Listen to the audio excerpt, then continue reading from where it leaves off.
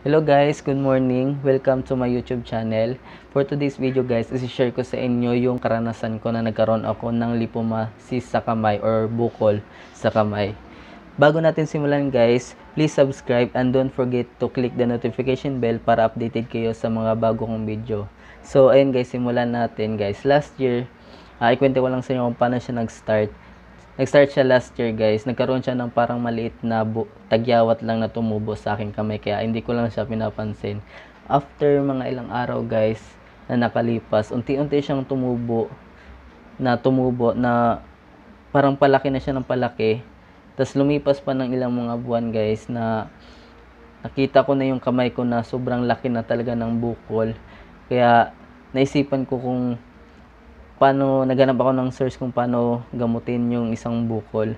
Meron ako nakita na ang gamot daw sa bukol yung ginger, yung luya na dinidikdik and yung maligamgam na tubig. Nagtry ako nun guys.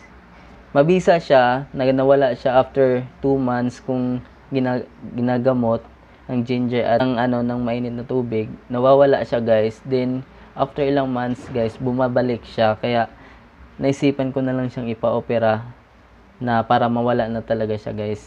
So ayun guys, nagpa-opera ako. Nakahanap ako ng murang clinic na pwede magpatanggal ng lipomasis ko. So ayun guys, nag-search ako. Nahanap ko yung Kagente Clinic na very affordable price guys, na swak talaga sa budget. So ngayon guys, nag-inquire ako sa kanila at nagpa-opera ako sa kanila guys.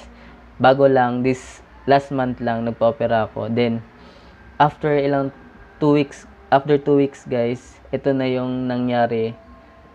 Yung kamay ko, ito na siya guys. Natanggal na siya. Actually guys, parang na lang to, parang peklat na lang to.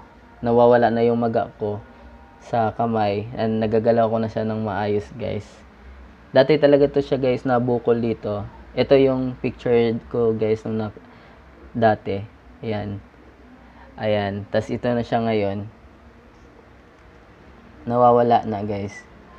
Kaya sa may mga bukol sa kamay, pwede kayo mag-inquire sa Kagente Clinic. Located siya sa Maraudi Building, Barangay Niyog, Bacoor City, Cavite guys. Sa mga may lipomasis, pwede kayo pumunta sa kanila.